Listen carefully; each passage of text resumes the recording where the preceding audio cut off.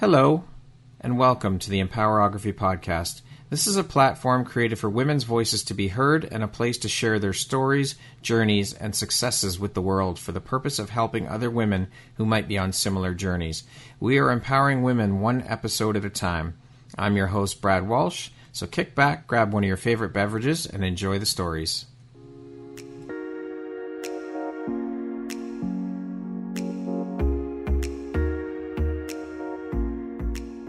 Have you always dreamed about becoming a best-selling author? Well, I can make that dream come true for you if you're interested in writing a chapter for my next compilation book, Transforming Pain into Purpose, Triumphant Tales of Empowerment.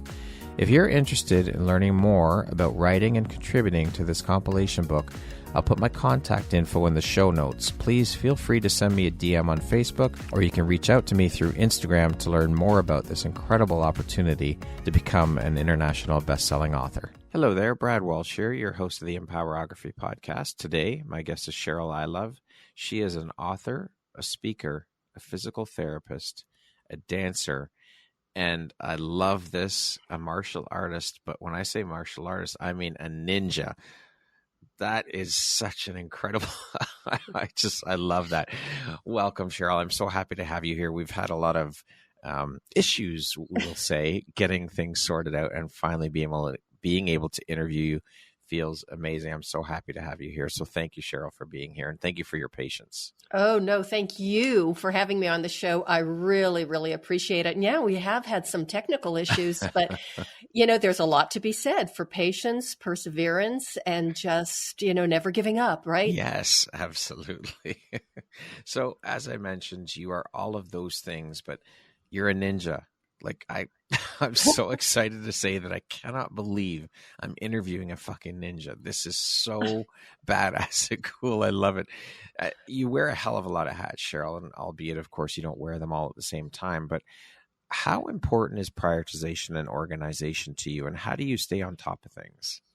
Wow, that's a loaded question. I would have to say it depends on the day. But yes, I do wear a lot of hats. I play a lot of different roles.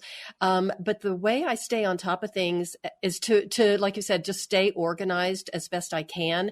And for me, that means checking my calendar every single morning when I wake up, as well as every single evening before I go to bed, so I know what's on the calendar for the next day and the next day and the next day. So I know where to focus my energy and my attention.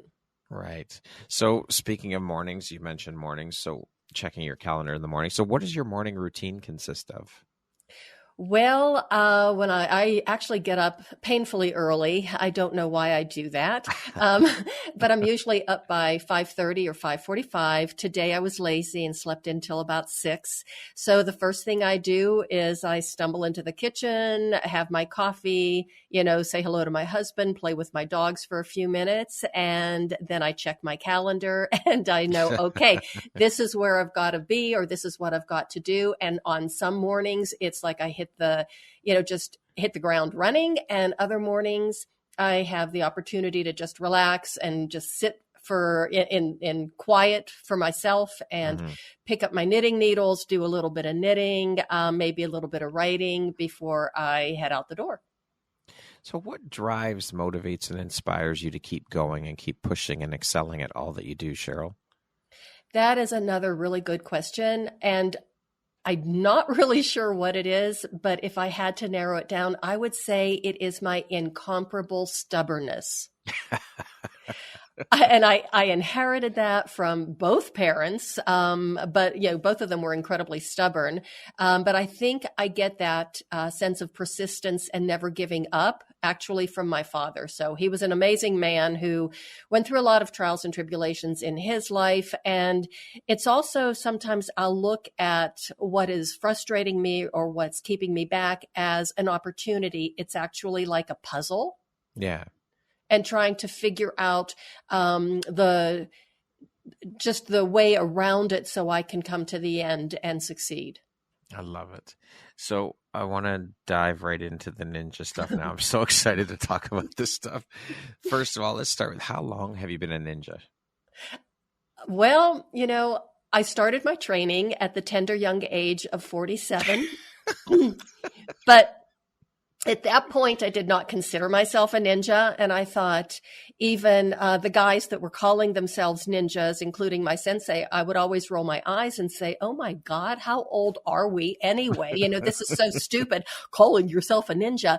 But really, the art that I study is called Ninpo Taijutsu, the art of the ninja. Okay. So it is based on the ninja and the samurai. So that's where that comes from. And so what inspired you to get into martial arts in the first place? I know with a lot of people, there's some event or occurrence that leads up to jumping into martial arts, like bullying or something along those lines. Did this journey of becoming a ninja begin or come to be through some of your own personal journey struggles? Absolutely. It came as a result of a traumatic experience at the age of 44. Okay. And as the universe works, or, divine intervention or whatever, or whomever you'd like to call it, it was just a few months after that event happened that I met a guy who happened to be an acupuncturist. And he was referred to me by one of my clients who is very picky herself. So I figured, okay, if she likes this guy, he's got to be okay. And, so I had some trepidation just because, like I said, I had that traumatic event, and we can go into that if you like. But he seemed like a nice guy, and, okay, everything was on the up and up.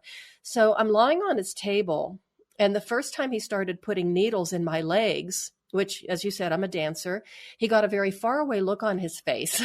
And he said, with your legs and my coaching, I could teach you how to kill with these things.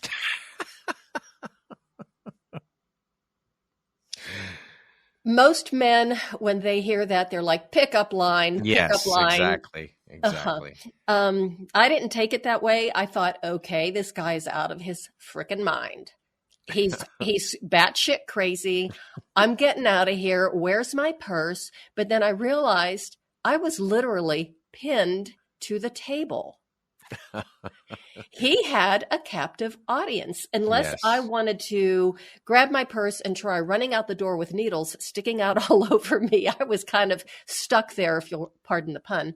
Yeah. So, he went on and on about his art and his martial art. And he basically had his clinic was in like a duplex. So his clinic was on one side of the building, and right next to it was his martial arts school. So he basically was a sensei, and he did teach martial arts. And of course, I said, no, I was never going to take martial arts. It was never going to happen. I'm a dancer. I'm a fussy girl. I like tutus and toe shoes, Pilates and pedicures, and there is no way I'm going to do something like martial arts. It was just never in my DNA. It was never on my radar.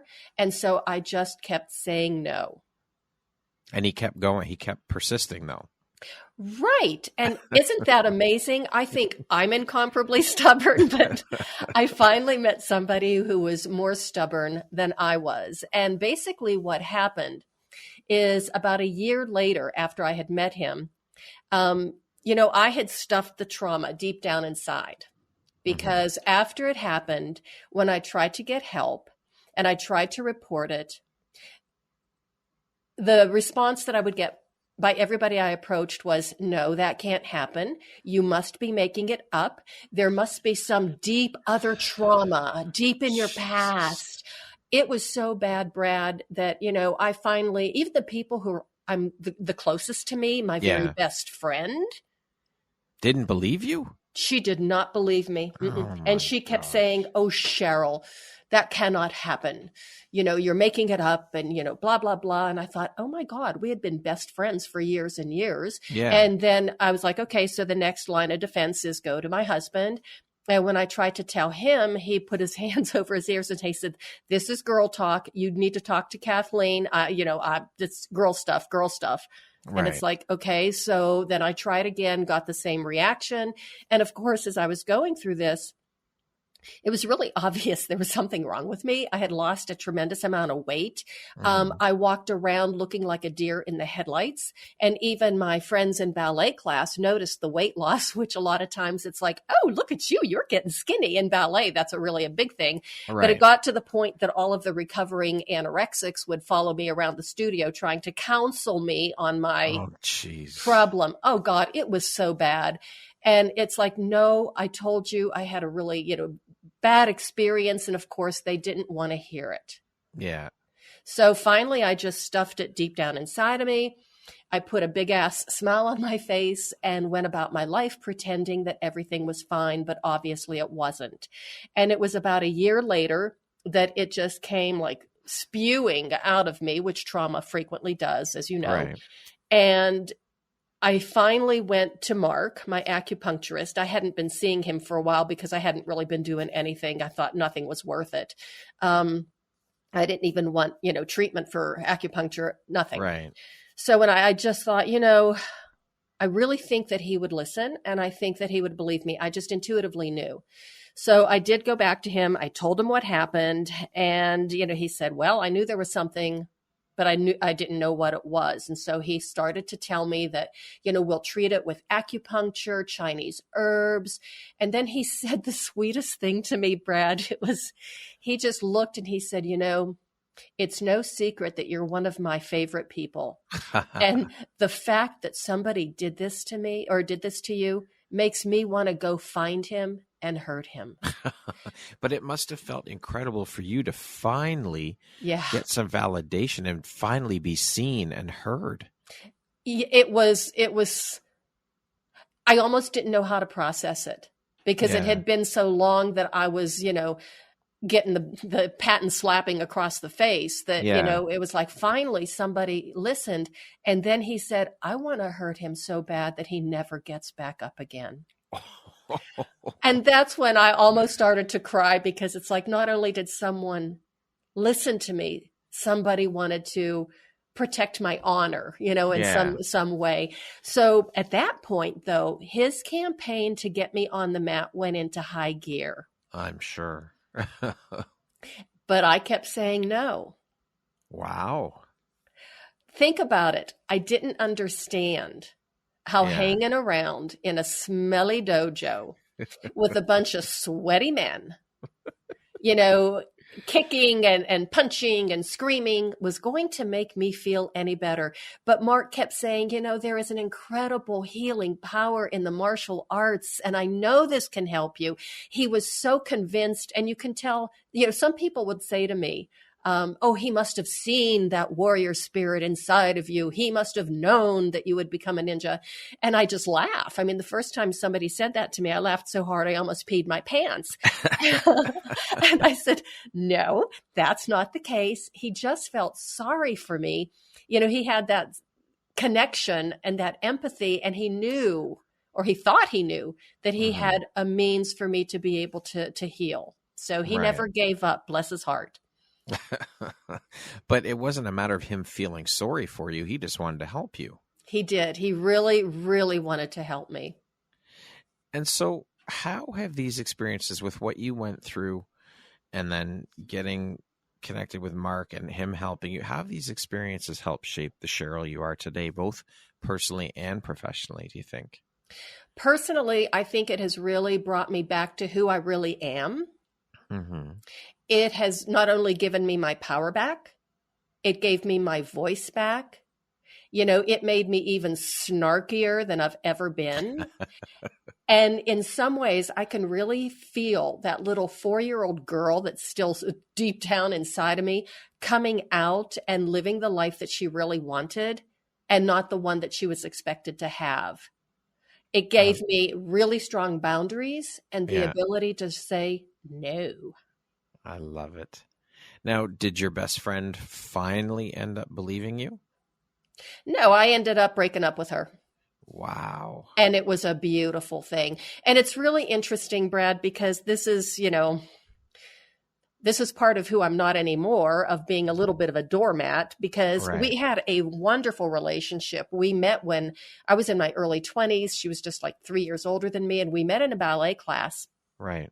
and became very, very close friends. And it was surprising, and it used to shock people that we were such good friends because, I call her Kate, was very highly intelligent, very well educated, was working on her PhD, and she was very shy and quiet. And then there was me. Yeah. Very loquacious, bouncing off the wall, smart enough to get by, and, very outgoing and a whole lot of fun. But for some reason, we got along famously and were very, very close, glued to the hip for many years, told each other our deepest secrets. We know where all the bodies are buried, so to speak. But as the years went by, she just got more and more negative and darker, and to the point where it was like, I can't stand being around her. And yet, it was just such a dysfunctional relationship, which, friendships should not be that way. No. And especially after the trauma and what I went through, it was like, I got to break up with her. But how do you tell somebody that you've been best and dearest friends with, so to speak, for 30 years that you haven't liked them for the past 15? Holy shit. And you've been trying to figure out how to break up with them for the past 10. Yeah. So it complicates things because, of course, we would spend every holiday together, every stupid birthday together. And the holidays got into like Memorial Day, 4th of July, Grandparents' Day, Groundhog Day. It was just, and she was so insufferable to be around, but her husband was even worse. Oh. And I mean, it was just so awful. But of course, I would see her several times a week in ballet class. Right. So my strategy to try and break up with her was probably not very courageous. It was a little chicken shit, but it worked, is I just started to pull away. Yeah. I changed my dance schedule. I stopped returning phone calls. I just was pulling away. And when with a person like that, the more you pull away and she could sense it, the more she tried to, dig in and hang on. Yeah. But I'm here to tell you that it worked. And How did your husband feel about hanging around? Because you guys would obviously spend time together as couples too. How did your husband feel about being around her husband if he was more negative than her? It got to the point where, my husband is such a sweet man. He really is. But he couldn't stand it. It got to the point that both of us were looking at each other going, how did this get so out of hand? And we've got to change something. So, you're from Toronto, you're Canadian. Yeah. So, you celebrate your Thanksgiving in October, which, as my friend who was Canadian would say, the proper time. Oh, geez. And so I always got Thanksgiving I was the one that had to host Thanksgiving. So it started when she was single and I didn't want her to be by herself. It's like, well, come over and have, Thanksgiving dinner with me and my husband. And then she ended up getting married. And then she was inviting all of her friends over to my house for Thanksgiving dinner. Wow. So after 20 years of this, and, my husband and I would fight for 3 days before Thanksgiving because trying to clean up, get everything ready and blah, blah, blah. And then we would fight for 3 days afterwards, trying to, again, clean up and get over it. It was just so insufferable. So finally, and this is part of my ninja training, so I'm tying it into this, we learn how to get away or to escape an attack just by not being there. Right. If you're not in the way, you can't get hurt, right? So I said to my husband, I said, what we're going to do this year is we're going to go to Cabo San Lucas for Thanksgiving. And he's like, I don't want to be there for Thanksgiving. And I'm like, okay, well, just, sit with this for a minute. I said, I will tell her that we're going to be gone and we're going to have our Thanksgiving. We're going to have mahi mahi on the beach. Yeah. And that we're going to come home after Thanksgiving. Right. I said, but in reality, we will come home the day before. And then we will have our Thanksgiving. We'll have a nice vacation. We'll have our Thanksgiving. We will be alone. And everybody wins. Well, you guys, most importantly. Well, yeah, most importantly, it was us. So, she was like, oh, okay. Well, our wedding anniversary is right around Thanksgiving. So, I said, well, we're just going to be by ourselves and celebrate our anniversary. So she understood, but she was dreadfully disappointed. And then Christmas was coming. And as I told you before, my husband and I usually go to this lovely hotel downtown Denver and have champagne brunch. Yeah. And they used to come along with us. Okay. After her mother passed away, it was like, oh, good. Now we can do Christmas with you. And it's like, oh my God. Yet another one. What have I done to deserve this in my life? So then we had already made reservations. And she said, oh, so, did we make reservations for the Brown Palace? And I said, no, we're not going to go. We're going someplace else. And she says, well, you don't want to do Christmas? And I said, no. And she was like shocked. So that was the way we started pulling back. And I tell you, Brad, once we realized that I had finally, broken that chain that was holding me down and binding me, it was like somebody took a 50-pound weight off at the top of my head. I'm sure. No doubt. So what would you say then, Cheryl, was the biggest or most valuable takeaway or lesson for you as a result of what you learned through your experiences? You have to put yourself first. And I know the way I was raised and grew up, you had to put everybody else first, everybody else's needs. You had to look out for everybody else before you. Don't be selfish. And that's one of the biggest lies I think that we were ever told, or that I was told as a child or growing up. And I think that philosophy was actually reinforced in my experience as a medical personnel. I was a respiratory therapist for 17 years and then a physical therapist, taking care of people. Everybody else's needs came first. And when I realized, nope, I'm number one. If I don't take care of myself, nobody else will. It's my responsibility. And that was another eye-opening experience. Yeah, I think a lot of people are told that it's selfish to put yourself first and all of that crap. That's just bullshit conditioning. Along with self-care. It's like, no. Self-care is selfish as well. And that's just so stupid. Yeah, it's counterintuitive. That makes no sense. Well, you have to. You have to. It's a terrible way to go through life if you don't. And it really impacts your health physically and mentally in a negative way. Yeah, for sure. So what is the most exciting or coolest part about being a ninja? I mean, it must feel pretty damn cool to be able to say, I'm a fucking ninja. Like,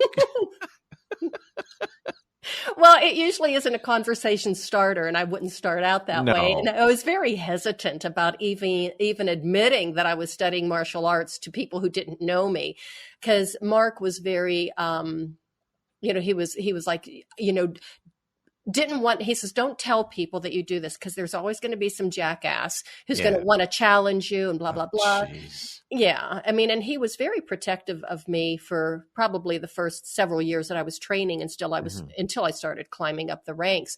But then finally it was like, okay, this is part of my story. It's part of who I am.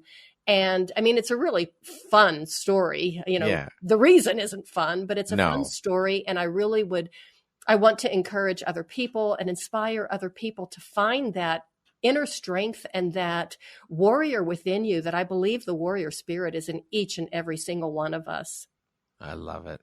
Now, something that I'm anxious to discuss with you, because I think this is very important to talk about for women. Yes, but I think it also applies across the board for both men and women. And it's the fact that, as you mentioned earlier on, you became a ninja in your later years, as well as a dancer. Now, societal conditioning, familial conditioning, the media, all of these things would have us believing that certain things must be done by a certain time in life and certain age. And I think the narrative's shifting, and obviously that narrative doesn't apply to you, which I am so inspired by this, by what you did and how you got started and where you started doing this at that point in your life. Now, what is one piece of advice or wisdom you would like to share with the women out there listening to your interview about going after what you want and accomplishing it, and how age ties into that? Well, the first thing I would say is don't listen to anybody else, especially if they're saying, no, you can't do it because you're too old. You are never too old to try something new. Society, as you said, the media, family members, even, and I'm using air quotes here, friends who are looking out for you, how that works, will try and stop you, because it might be because they don't want you to get hurt. They don't want you to fail. But you know what? That is your choice and your decision. And there is no such thing as failure, just opportunities to learn. Yeah. And it's almost like, have you ever heard the story about like the crabs in the bucket? Yes. Right. There are a lot of people who don't want you to succeed. They want you to stay in that comfort zone, in that little bucket.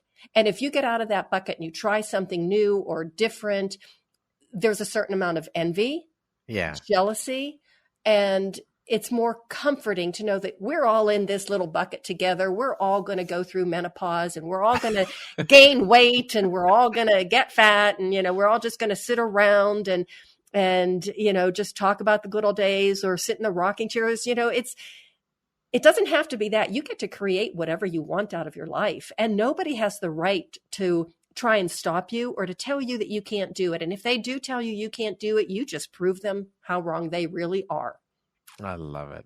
Now, I want to keep with this line of discussion for a minute here and ask, did you face a lot of adversity or any adversity in terms of all of this, aside from your friend, that had to deal with any narrow-minded bullshit from people in relation to the fact that you were doing this later in life? And if so, how did you deal with it? What was your approach?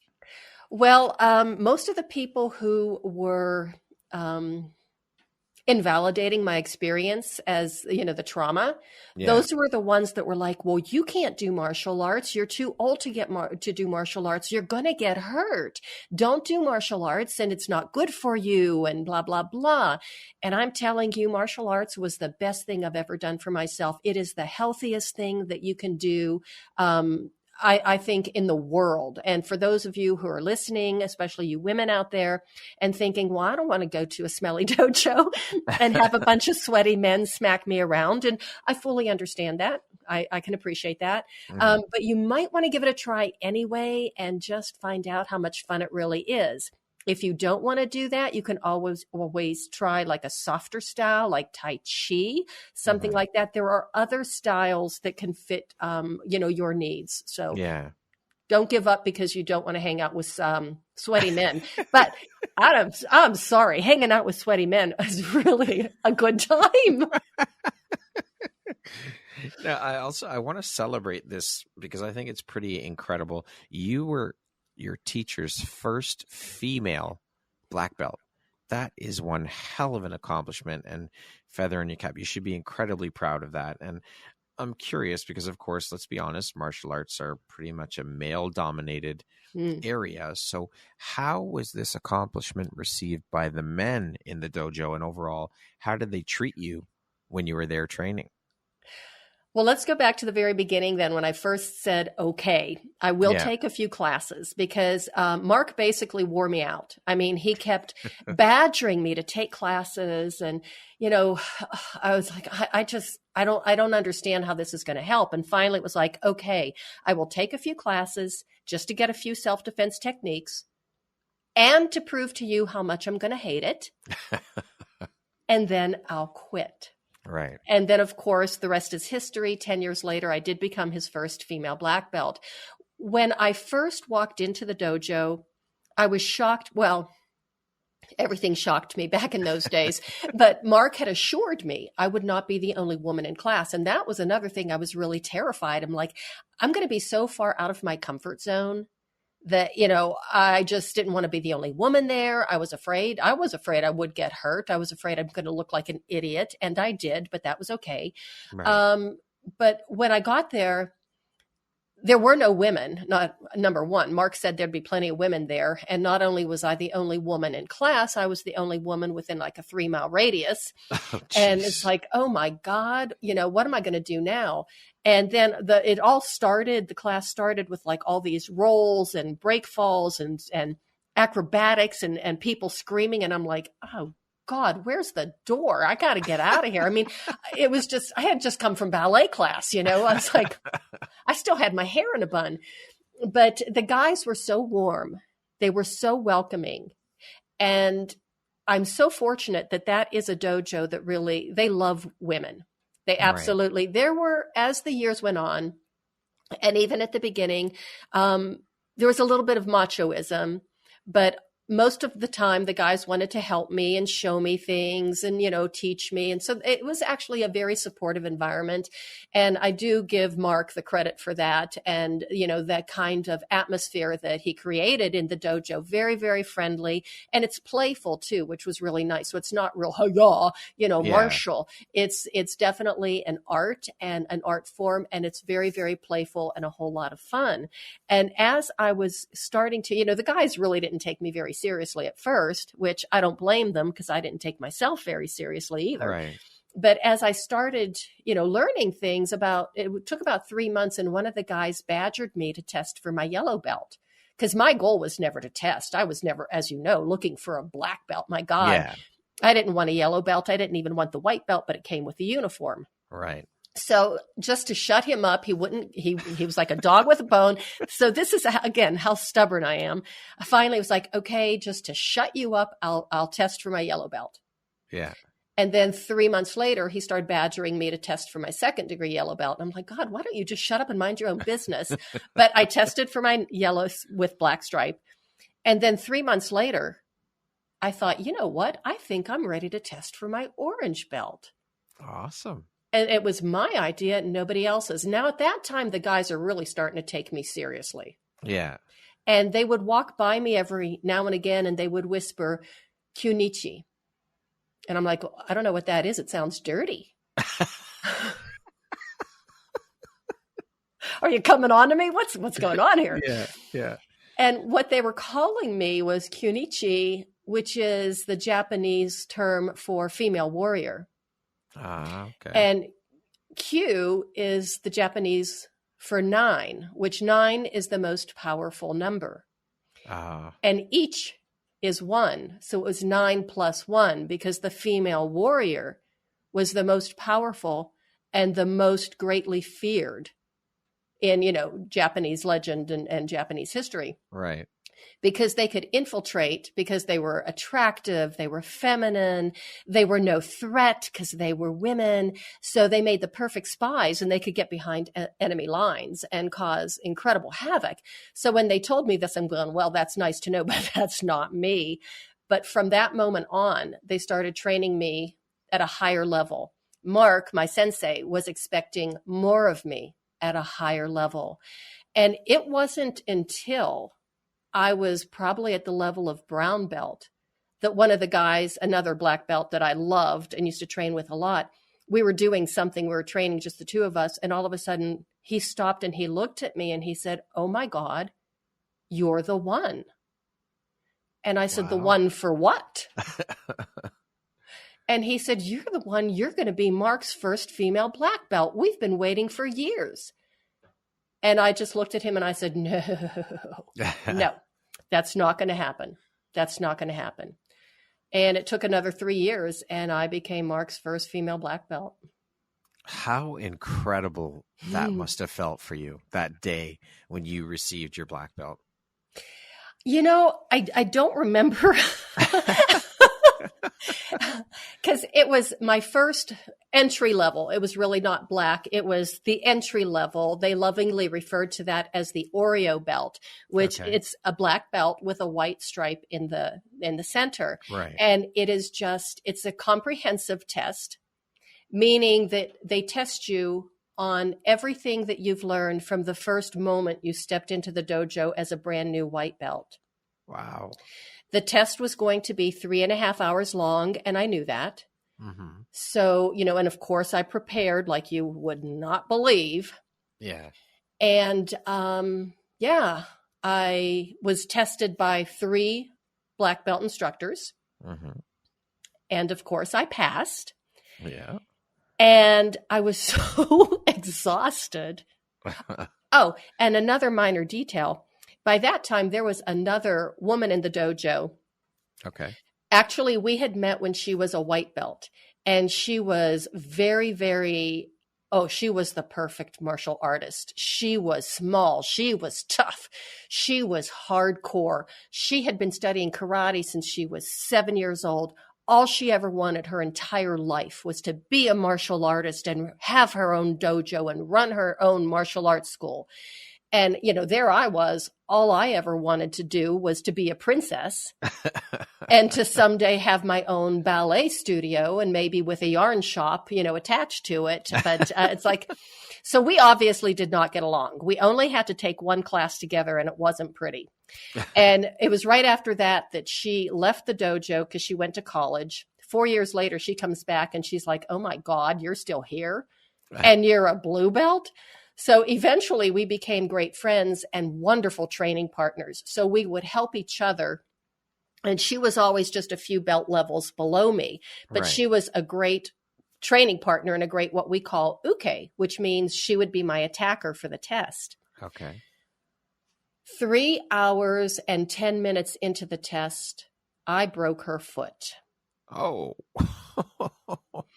Well, let's put it to you this way. I didn't break it. The technique broke it. Right. But, after 3 hours and 10 minutes, I was exhausted. I was sweating like, a racehorse. I just wanted, I'm looking at these 3 guys and I'm going, Mo, Larry, Shep, and I wanted to run up there and knock their little heads together. Yeah. And, finally I did this one throw.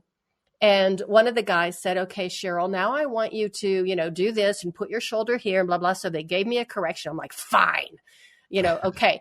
So I did it. And as soon as I did it, I didn't know I took corrections that I was that cooperative. But when I did it, she flew through the air. She did a couple of rotations and she landed really hard on the mat. And this girl had great break falls. Right. And it was like, damn, that was really good. And I stepped back and I did my, kamae, my posture. Yeah. And I looked and she's rolling around on the floor. And her face was this weird shade of green. Oh, boy. And tears were rolling down her face. And it's like, this is not her style. She's a tough cookie. And I just went running up to her going, oh, my God, are you okay? Because obviously she was not. And she's nodding her head like, yes. And, of course, Sensei said, Cheryl, Gamon, which is composure. And I'm like, screw Gamon, she's really hurt. Yeah. And she's trying to get up and she's like, I'm okay. And Sensei said, Vanessa, do you think you can continue? And she's nodding her head. She still couldn't speak. She couldn't talk. Yeah. And I said, she can't, we got to stop. She cannot go on. And he said, Vanessa. And she said, I can go on.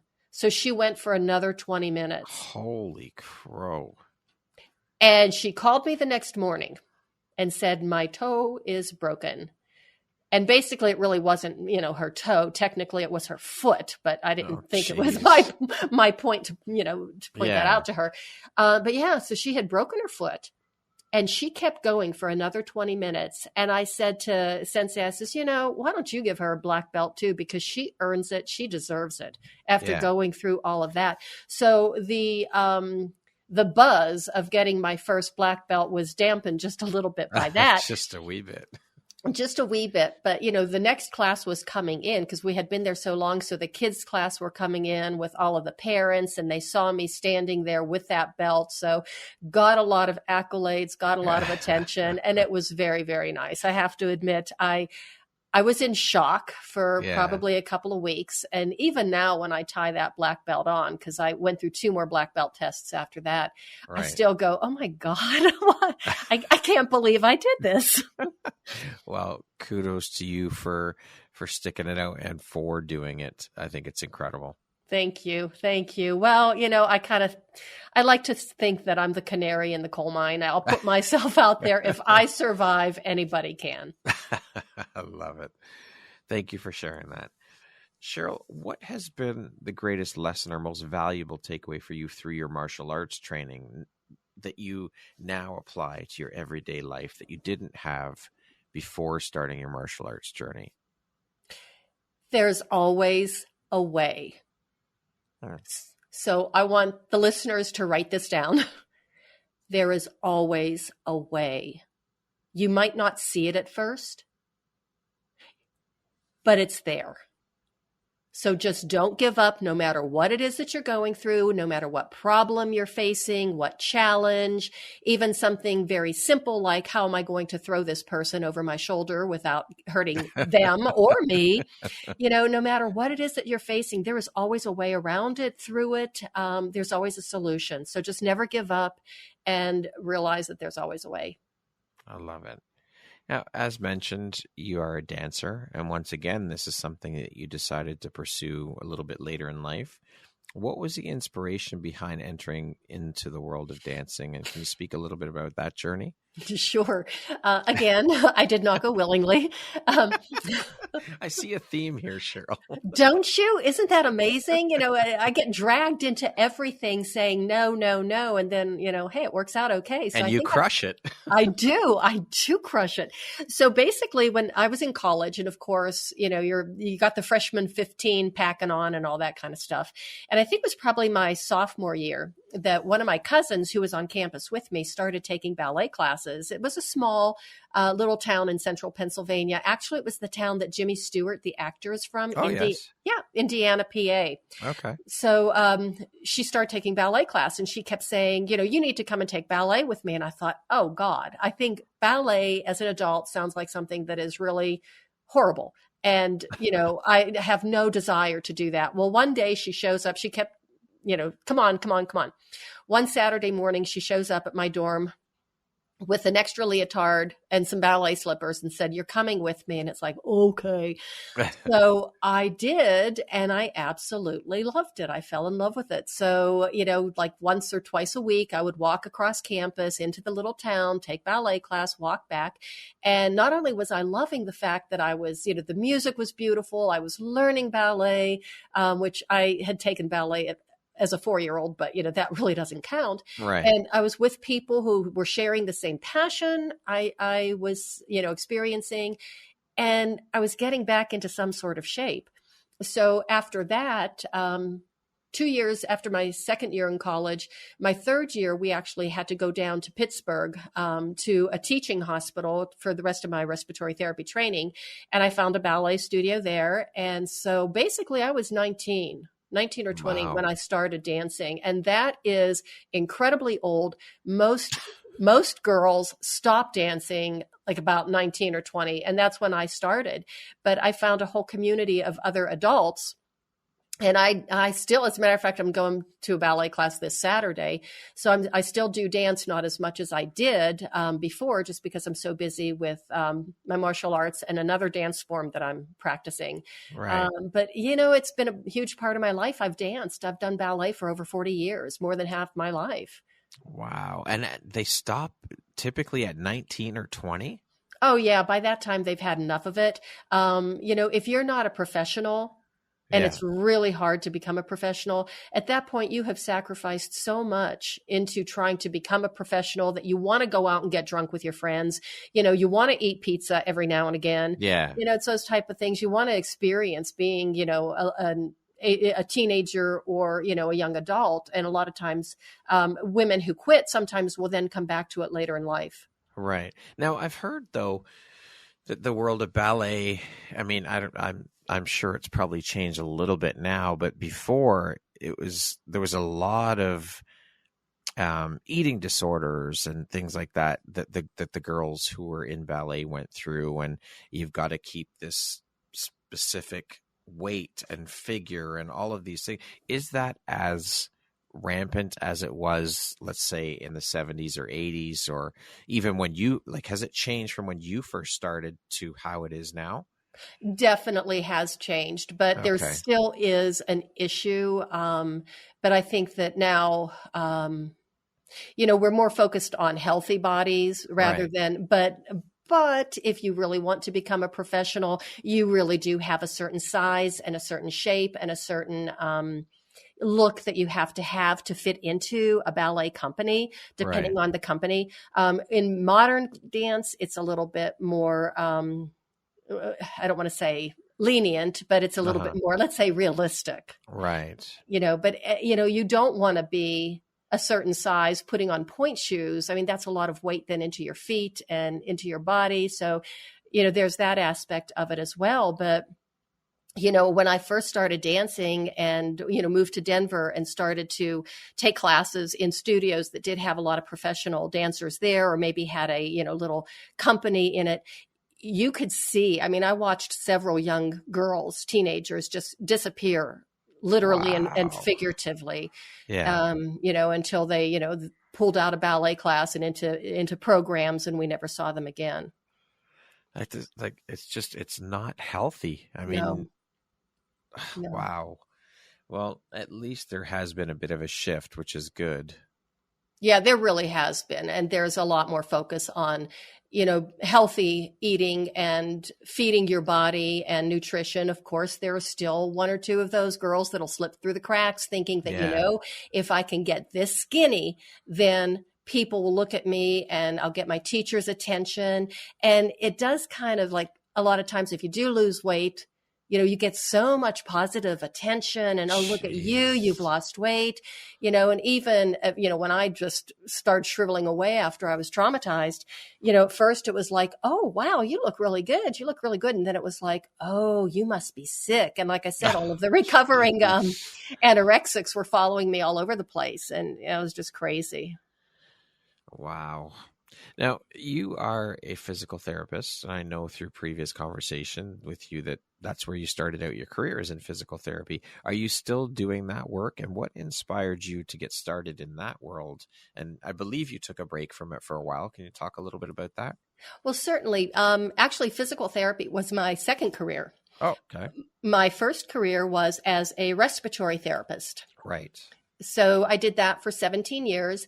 And why I decided to go back to school and get my master's in physical therapy was because, I guess I was experiencing like major burnout, because 17 years of watching people, quite honestly, die.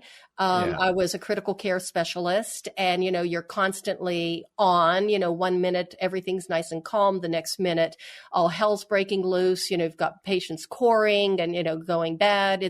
It was just, I needed a change, and I wanted, to pursue higher education. I wanted a master's in something. And so physical therapy just seemed to be the right fit for me. Being a dancer, I had been a chronic pain patient when I was in my mid-30s. That's another long story. And I thought, maybe I could help other people, avoid getting into pain like I did, and especially dancers, work with them. So I went into, did all the prerequisites. Getting into PT school is not easy. Right. So I did get into PT school, and when I got into school and I started doing it, it was like, I don't like it. Wow. I know. And then when I graduated, the job market for PTs at the time, especially in Denver, were really, really, it was a poor job market. And so for 2.5 years of struggling in that market where, you keep getting your hours cut and the pay wasn't as good as it, used to be, it was just so frustrating. And then one day I realized, oh my gosh, I could just go out on my own because Pilates was just starting to be popular then. Yeah. I had been studying Pilates myself since 1983. So Wow. before people even knew what the heck it was. And after I graduated PT school, I actually went through 2 professional Pilates trainings. So it's like, wait a minute, there are idiots out there teaching Pilates. I've got a dance background. I've got a master's in PT. I've gone through these 2 trainings. So I actually opened up my own practice specializing in Pilates-based rehab and conditioning. And I eventually added another movement modality called Feldenkrais, Okay. which is a highly sophisticated form of neuromuscular reeducation. And so basically I was not fixing people.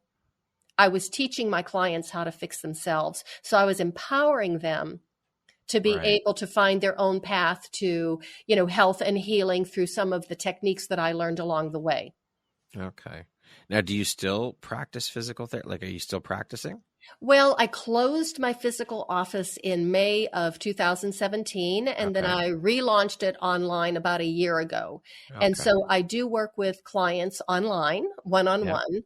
I do teach workshops in person here in Denver, and I also do teach a weekly somatic movement class here in town as well. Now, do you incorporate any of the philosophies and mindsets or principles that you learn in martial arts into your physical therapy when working with your clients? Absolutely. And not only just with the clients, even, when I have like either a slump or I've got a problem, or it's like, what's happening in my business that isn't working for me right now? Yeah. I use those same principles, and then I'm able to figure it out and go, aha, and make an adjustment, which is what we do all the time in martial arts in our training. And then, you find that path. I love it. You're also an award-winning best-selling author. Can you talk a little bit about the book and what it's all about, the title, how the opportunity came up for you to write the book, and what was the experience like for you? Absolutely. Well, my first book was published in June of 2016. Okay. The title is Forever Fit and Flexible. Mm-hmm. Feeling Fabulous at 50 and Beyond. So there are a lot of F's in there. I know that. So it's basically it's about, of course, fitness over 50, but it's not about going to the gym 3 times a week and lifting all these heavy weights. It's about moving smarter, not harder. So in the book, I explain a lot of, the philosophy, the mindset, the awareness, the key and the foundation to somatic movement, and how to be able to move thoughtfully. Yeah. And being able to incorporate like functional movement, the movements that you're doing every single day, and make them help with improve your strength, your muscle tone, your flexibility. It's very practical. It's about being gentle with yourself, and it's about busting the myths of aging and punching Father Time in the face and telling the naysayers to shut up and mind their own business. And it's also based on the movement art. So it integrates the science of physical therapy with the art of movement. And the 4 movement arts that I really highlight are Pilates, Feldenkrais, dance, and martial arts. So that's the first book. Yeah. And the second book was actually published just this past March. Congratulations. Thank you. That one was a tough one. Was it? Yes. So the title is The Reluctant Ninja. How a Middle-Aged Princess Became a Warrior Queen. I love the title. Thank you. So that one's more of a memoir about, my journey into the strange new world of men and martial arts. And it's actually a story of from tragedy to triumph, and how a broken down, beaten down, traumatized, and terrified middle-aged lady ended up finding her voice, standing her ground, finding her inner strength, that warrior spirit, and taking her power back. So basically, it's my journey. I love it. That is incredibly powerful. Thank you. It already has won an award.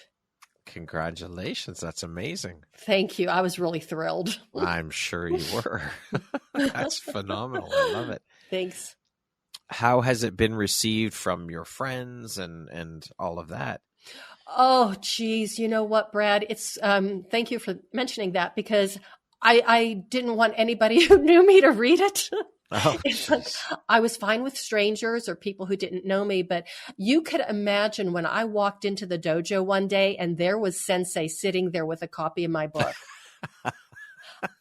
I about pooped my pants. I was sure. like, because I didn't change some of the names, and I use his name. But, in some ways it was very complimentary, and in some ways it wasn't, because as you can imagine, a relationship like that over the course of, 20 years, because I'm still training, can be pretty volatile sometimes at times. Yeah. And so but it has been incredibly well received. And there's another young man in the dojo who, I just met like about a year ago. Yeah. And he was reading it.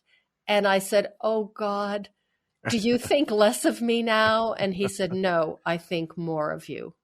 Wow. So, and it's gotten some great reviews, and even people that I know, like in the world of Feldenkrais, which is another little sub community. Right. And martial arts, the principles of martial arts is woven all through the Feldenkrais method. And I had several of them contact me and just go, wow. Incredible. Have you had trauma survivors reach out? I had not Not specifically. I have had several people kind of say, yeah, I understand. Oh, yeah. There was one woman actually in a book event that I did over the holidays. It was a Christmas festival up in the mountains. Yeah. And I mean, she was listening to the story. She read the back of the book. And I mean, she was completely captivated. And she was with her daughter-in-law and her granddaughter. So she bought a copy of the book.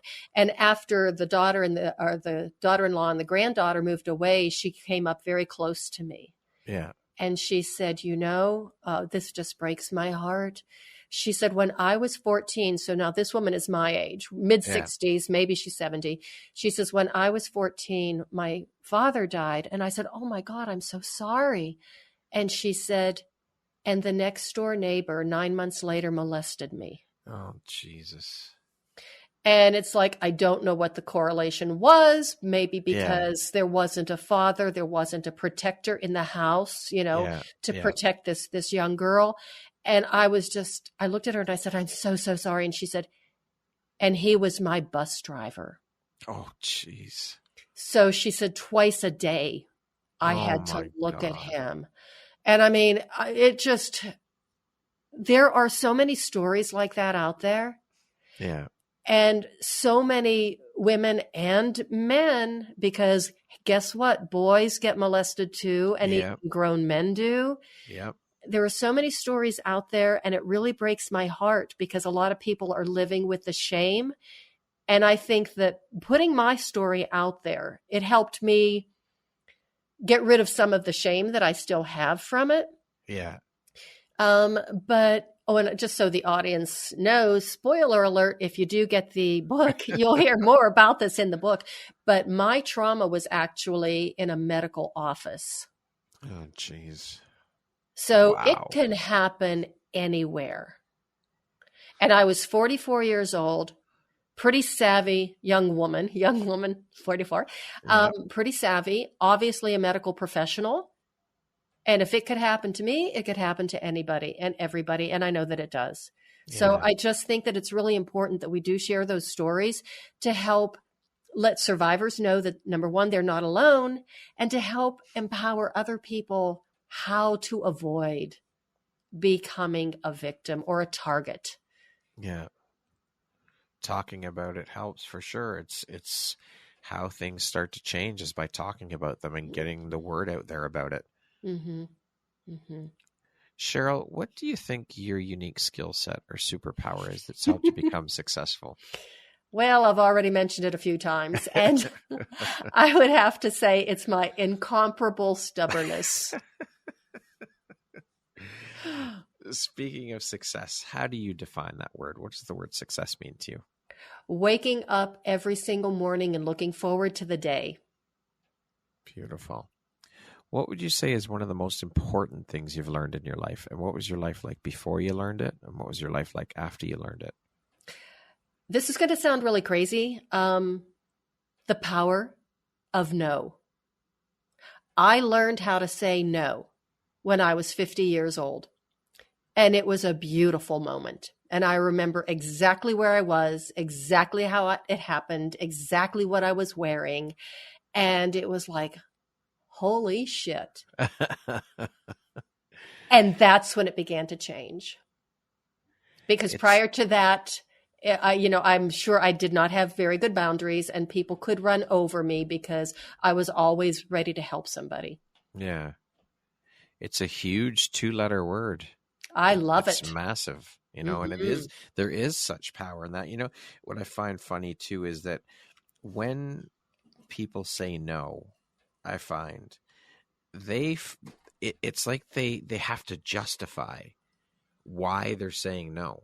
There has to be a reason. It's never just no. Mm-hmm. And people feel like they have to explain why they're saying no. And that's the worst thing you could do, because that then opens the subject up for more discussion. Yeah. And no, you have to have that period at the end of it. There you go.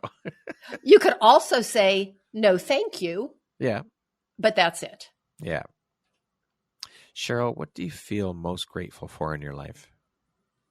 I am grateful for the scars. I'm grateful for the hits. I'm grateful for all the crap I've gone through because there's been a lot of it.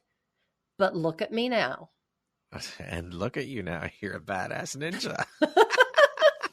I love being able to say that. I know you do. It's just great. I love hearing it. Who in your life has had the biggest impact on you and why? You know, I would have to say my dad. Okay. You know, I've had a lot of very influential and positive people in my life. I've had a lot of the opposite as well. Yeah. But just as a role model, and I really didn't see it before because I look so much like my mother. I, am stubborn like my mother. I like, fluffy things like my mother did and feminine things. And my father and I didn't always get along that well. And that's why it's even more of a shock to realize, oh my God, I am more like my dad than I am like my mother. Wow. And I think, through example that he was a martial artist. Oh, okay. But that's not why. I mean, he was an immigrant from Czechoslovakia, came over with my grandmother on the last ship out of Calais. The boat left on December 29th, 1939, last ship out before they closed the port. He was 12 years old. My grandfather was already here in the United States. They'd been separated for a while because that's how it happened back then. Yeah. And at 12 years old, they put him in a third grade class because they thought he was stupid because he couldn't speak English. And he learned English right away. He is a very bright man, joined the Navy 5 years later.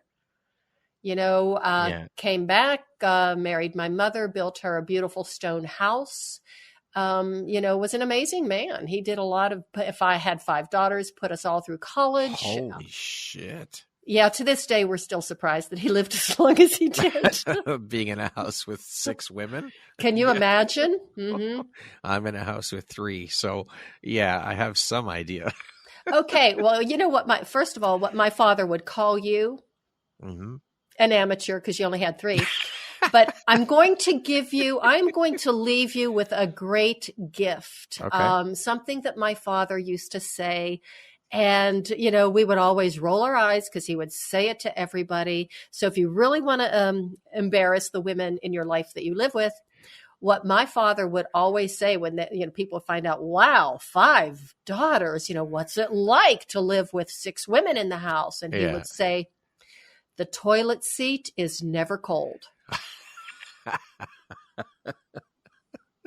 Very true. Mm-hmm. Mm-hmm. So there you go, Brad. That's my dad's gift to you. Thank you. You're welcome. I love it. Cheryl, can you tell me about a moment when a person's kindness made a difference in your life? Oh, yeah.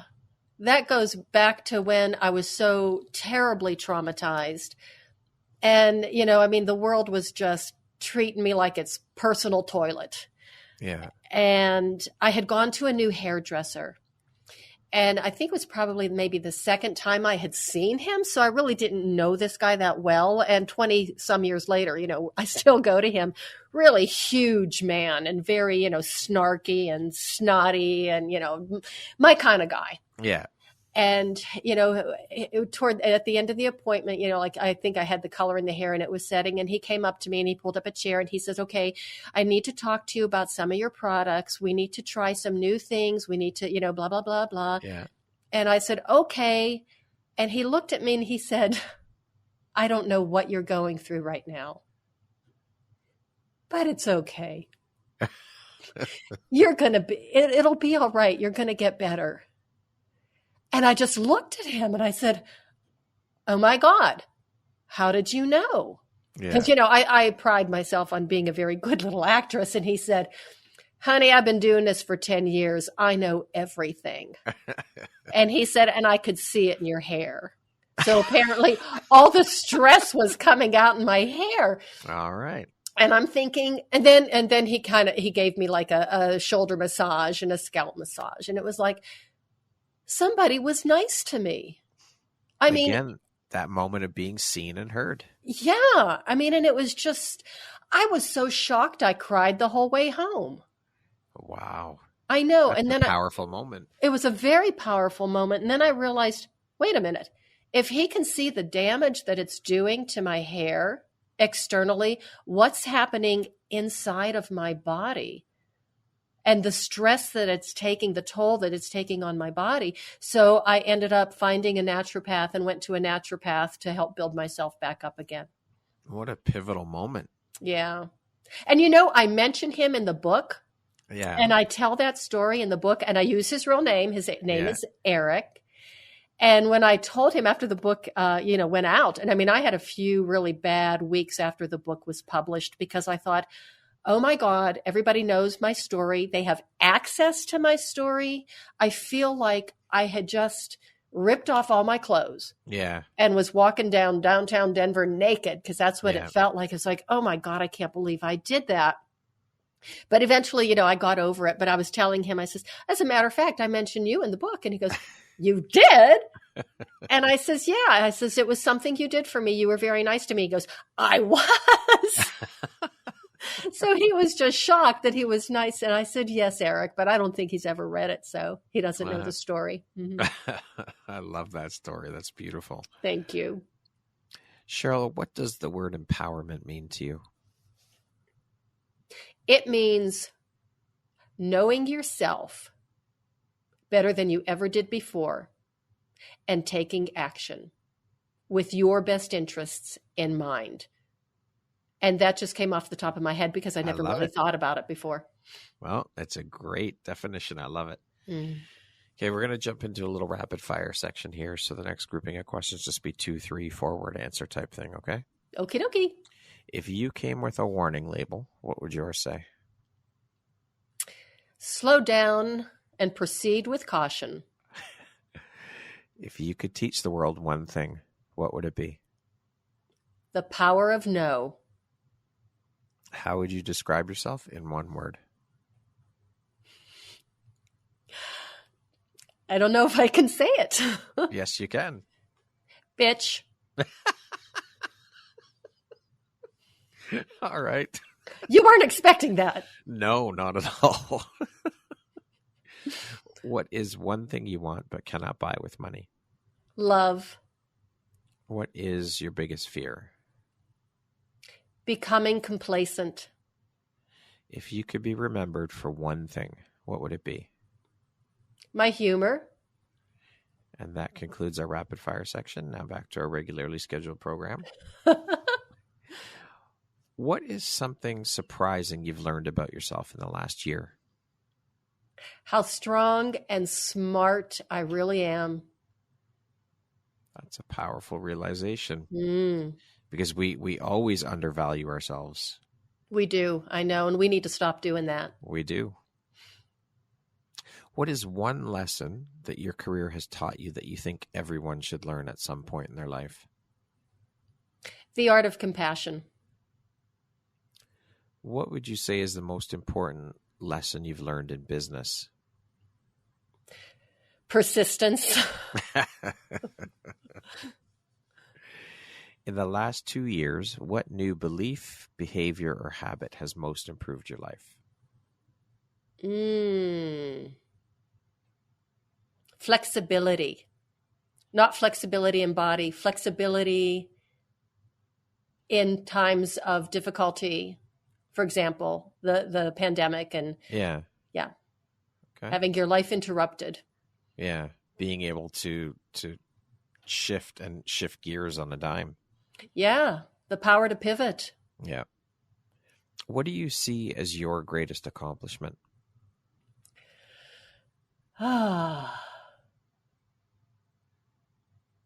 This is going to sound ridiculous, but I think one of the things that I am most proud of is that I ran a rescue for 7 years. I was I was probably the only one. I was the Colorado Italian Greyhound Rescue. Wow. And in that time of 7 years, now we're talking Italian Greyhounds, so they're the little ones, not the retired racers. Right. Darling little dogs, but man, are they a handful.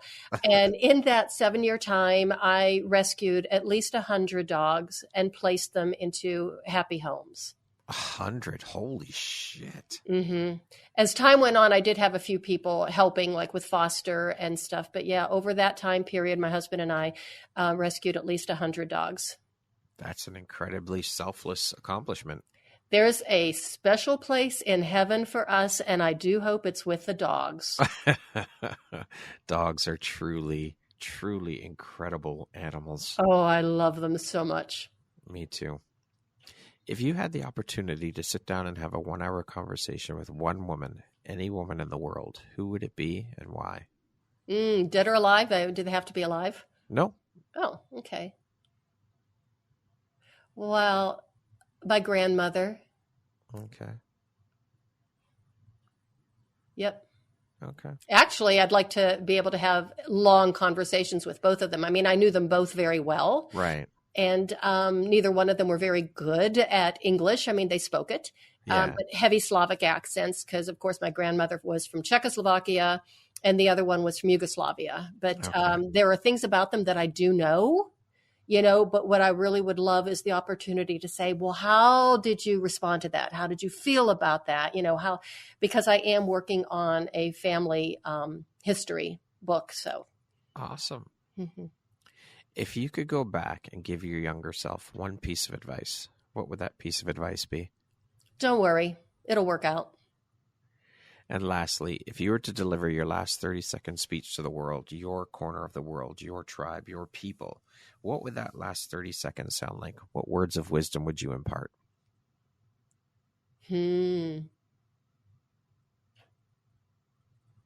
Wow, you stumped me there. Let me think. It would be, first I'd say, you know what? Don't grieve for me. You can miss me, but don't grieve for me. I had a great life. I know it sometimes doesn't seem like it, but it's been a great ride. I wished I hadn't taken myself so seriously when I was younger, but you know what? I did it my way and it turned out just fine. And yours can turn out fine too. Beautiful. Cheryl, thank you so very much for being here with me today and for making the time and taking the time to share your journey and your story with me. It has been an absolute pleasure, a laugh. You are such an incredible inspiration. Thank you for doing all the beautiful work that you're doing and putting yourself out there in the way you have. I think it is such an incredibly important thing that you're doing and things that you're doing. You're an inspiration to so many, I'm sure. And just thank you for making and taking the time to be here with me today. Oh, thank you so much for the kind words. I really appreciate it. Sometimes, it's like, who's he talking about? But I really do appreciate it. That's so kind. And it's been so much fun. I just really enjoy, talking to you, man. You are a great interviewer. This is just a wonderful opportunity for me. And, what a great show that you have. Thank you, Cheryl. I'm truly honored to have you as a member of the Empowerography community. So thank you for being part of that and for sharing your story. Well, thank you for the opportunity. And I hope it inspires people to understand that they can recover from anything and that there really, really, truly is an incredible amount of inner strength and warrior spirit in each and every one of us. And just go out and look for it because it's there. Well, you are the example right there. Well, thank you. Thanks. Once again, my name is Brad Walsh, host of your Empowerography Podcast. Today, my guest has been Cheryl Ilov. She is an author, a speaker, a physical therapist, a dancer, and of course, we have to mention it again, a fucking ninja. I still can't believe I got to interview a ninja. This is one of the most incredible interviews ever. Thank you so much, Cheryl. I appreciate you. I hope you have an amazing rest of the day. Well, thank you. I will. I'm going to the dojo to smack some guys around. And so I'll be thinking about you the whole time and hope that you have a wonderful rest of your day. And remember what my father would say, your toilet seat is always warm. Have a great day, Cheryl. Thank you. Thanks.